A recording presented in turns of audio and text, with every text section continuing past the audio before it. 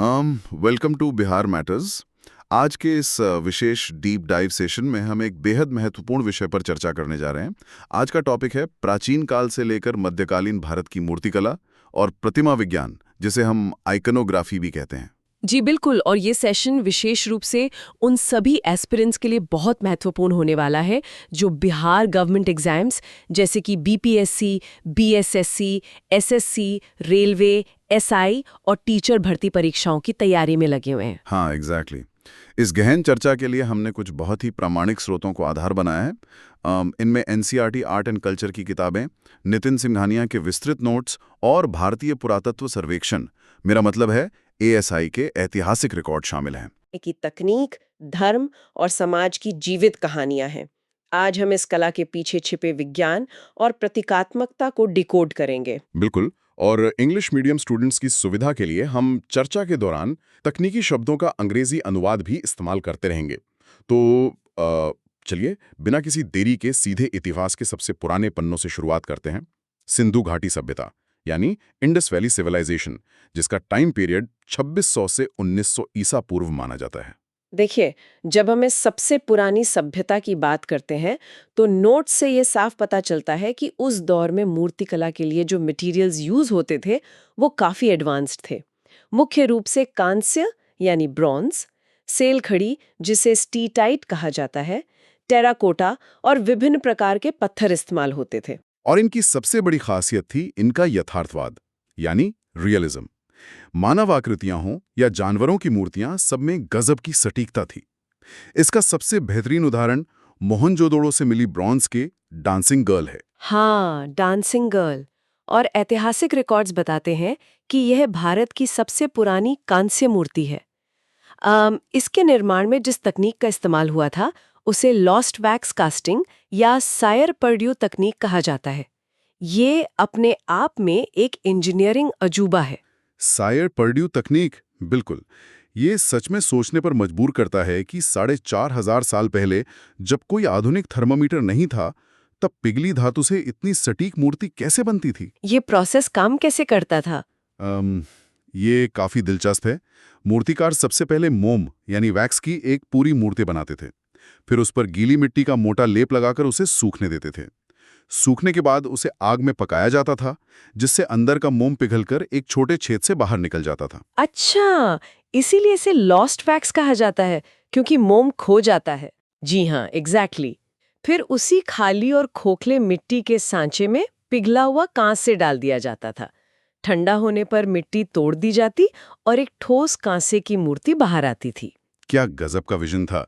और अगर हम उस डांसिंग गर्ल के पोज को देखें तो उसका दाहिना हाथ उसके कूल्हे पर है। इस मुद्रा में एक गजब का आत्मविश्वास दिखता है। बायां हाथ चूड़ियों से भरा हुआ है। ये बिल्कुल नहीं लगता कि ये किसी आदिमानव युग की कला है। सही कहा। और इसी उन्नत सोच और रियलिज्म को हम सेलखड़ी पत्थर से बनी प्रीस्ट किंग की मूर्ति में भी देख सकते हैं। अगर हम इसे बारीकी से देखें तो इसके कपड़ों का डिजाइन बहुत खास है। इसने एक शॉल ओढ़ी है जिस पर 3 पत्तियों वाला डिजाइन है, जिसे ट्रिफॉइल रोब कहा जाता है। हाँ, और ये ट्रिफॉइल डिजाइन तो मेसोपोटामिया की कला में भी मिलता है, जो कहीं ना कहीं ये संकेत देता है कि उस समय का पहनावा विकसित था और शायद उनके व्यापारिक संबंध भी काफी दूर तक थे। बिल्कुल। इसके अलावा प्रीस्ट किंग की दाढ़ी बहुत करीने से संवारी गई है, सिर पर हेडबैंड है। ये सब दिखाता है कि सिंधु घाटी के लोग ग्रूमिंग को लेकर कितने जागरूक थे। और जानवरों के चित्रण में भी वो बहुत आगे थे। जैसे मोहरों यानी सील्स पर उनके चित्रण, विशेष रूप से यूनिकॉर्न सील, जिसमें सिर्फ यूनिकॉर्न ही नहीं बल्कि बैल, हाथी और गेंडे जैसी आकृतियां उकेरी गई थी। जी। अब अगर हम सिंधु घाटी की इस नींव से आगे बढ़ें और मौर्य काल की ओर चलें, जो 322 से 185 ईसा पूर्व का समय था, तो मूर्तिकला में एक बहुत स्पष्ट बदलाव आता है। इस काल में मूर्तियों के लिए मुख्य रूप से पॉलिश किए गए बलुआ पत्थर यानी पॉलिश्ड सैंडस्टोन का प्रयोग होने लगा। हाँ, और इस काल की सबसे बड़ी पहचान थी वो मौर्यकालीन पॉलिश या मौर्य पॉलिश, मतलब पत्थरों पर शीशे जैसी चमकदार फिनिश लाना बिना किसी ग्राइंडर के। ये सच में हैरान करने वाला है। बिल्कुल। और एग्जाम के नजरिए से इसका सबसे महत्वपूर्ण उदाहरण है अशोक स्तंभ, विशेष रूप से अशोक लायन कैपिटल। ये चुनार के बलुआ पत्थर से बना है। इसमें 4 दिशाओं में देखते 4 शेर हैं जो शक्ति और साहस के प्रतीक हैं। और नीचे धर्म चक्र है। और ये लायन कैपिटल हम सबके लिए इसलिए भी बहुत खास है क्योंकि 1950 में इसे ही भारत के राष्ट्रीय प्रतीक यानी नेशनल एम्बलम के रूप में अपनाया गया था। बीपीएससी और अन्य एग्जाम्स में ये एक डायरेक्ट क्वेश्चन बनता है। सही कहा। और मौर्यकालीन पॉलिश का एक और बहुत ही शानदार उदाहरण दीदारगंज की यक्षी है। इसके जटिल आभूषण और उस पर मौजूद वो ऐतिहासिक मौर्यकालीन चमक आज भी सुरक्षित है। इसके बाद जब हम मौर्योत्तर काल यानी 200 ईसा पूर्व से 300 ईस्वी के बीच आते हैं तो कला में एक विभाजन दिखता है। दो प्रमुख मूर्तिकला शैलियां या कहें स्कूल्स उभरकर सामने आए। पहला गंधार शैली और दूसरा मथुरा शैली। जी, इन दोनों के बीच का अंतर समझना बहुत जरूरी है। पहले गांधार शैली की बात करें तो ये वर्तमान पाकिस्तान और अफगानिस्तान के क्षेत्र में पनपी। इस पर ग्रीको रोमन प्रभाव बहुत स्पष्ट है।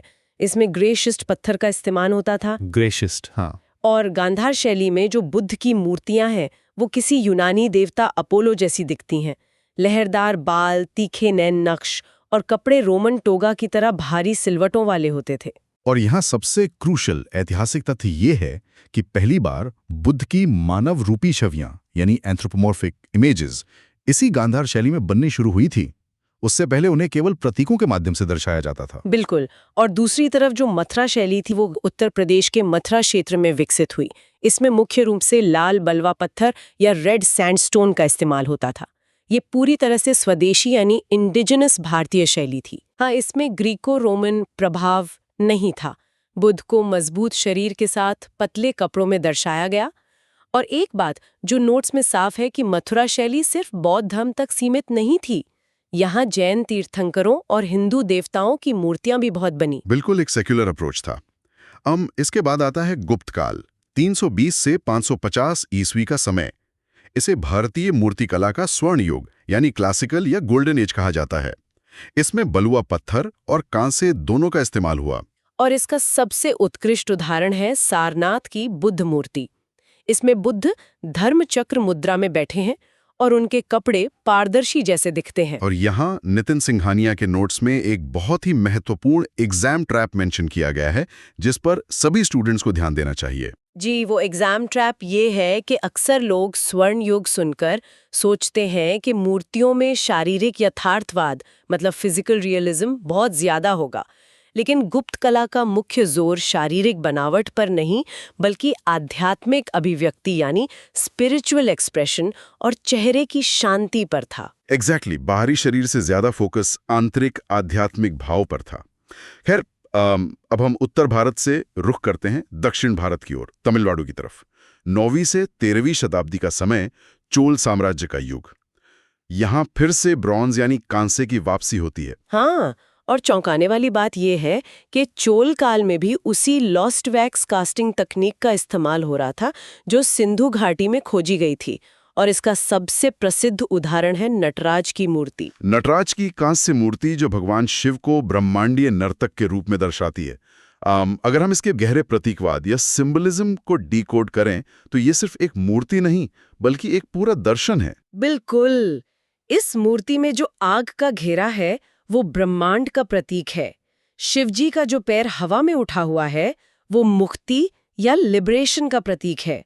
और जिस पैर के नीचे एक बौना दबा है जिसे अपस्मार कहा जाता है वो मानव अज्ञानता यानी इग्नोरेंस का प्रतीक है। यानी अज्ञानता को कुचल कर ही मुक्ति मिलती है। बहुत ही गहरा अर्थ है।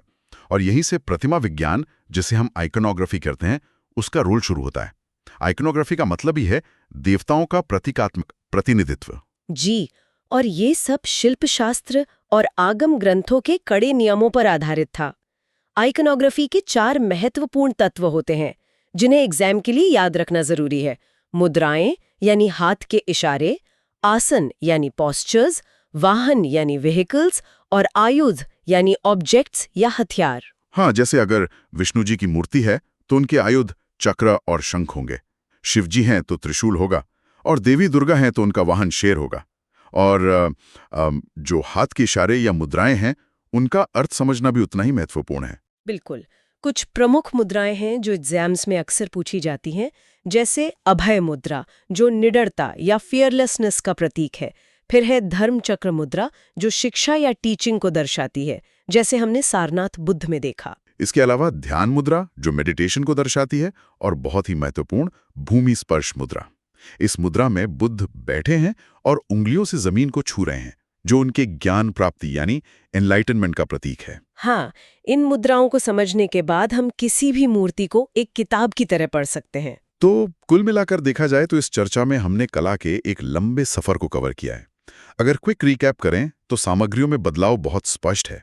सिंधु घाटी और चोल काल में ब्रॉन्ज का प्रयोग, मौर्य और गुप्त काल में बलुआ पत्थर, गंधार में ग्रेशिस्ट और मथुरा में रेड सैंडस्टोन। जी, और कुछ सबसे महत्वपूर्ण तथ्य जो स्टूडेंट्स को रिवाइज करने चाहिए वो है मोहनजोदड़ो की डांसिंग गर्ल, नेशनल एम्बलम बना मौर्य काल का लायन कैपिटल और चोल साम्राज्य का प्रतीकात्मक नटराज। बिल्कुल। और अंत में इस चर्चा से एक बहुत ही प्रोवोकेटिव थॉट निकलकर सामने आता है। ये कितनी अद्भुत बात है कि 4500 साल पहले सिंधु घाटी में जो लॉस्ट वैक्स कास्टिंग तकनीक डांसिंग गर्ल बनाने के लिए इजाद हुई थी, उसी तकनीक का इस्तेमाल हजारों साल बाद चोल साम्राज्य के नटराज मूर्ति बनाने के लिए हुआ। सही कहा। ये सोचने पर मजबूर करता है कि जिसे हम प्राचीन इतिहास के टूटे हुए पन्ने समझते हैं, क्या वो असल में मानव ज्ञान और इनोवेशन का एक अटूट धागा है जो सदियों से चला आ रहा है। ये इतिहास की कंटिन्यूटी को बहुत अच्छे से दर्शाता है। बहुत ही सटीक बात कही आपने। तो जो भी कैंडिडेट्स अपनी परीक्षाओं की तैयारी कर रहे हैं, उन्हें इन सभी महत्वपूर्ण पॉइंट्स और फैक्ट्स को अच्छे से रिवाइज करना चाहिए। ये आपके एग्जाम में बहुत काम आएंगे। जी, अगली क्लास में हम इस सीरीज को आगे बढ़ाएंगे और कुछ नए ऐतिहासिक पहलुओं पर फोकस करेंगे। सभी छात्रों को उनकी तैयारी के लिए शुभकामनाएं। इसी के साथ आज के इस सेशन को यहीं समाप्त करते हैं। जुड़ने के लिए धन्यवाद। This is Bihar matters signing off.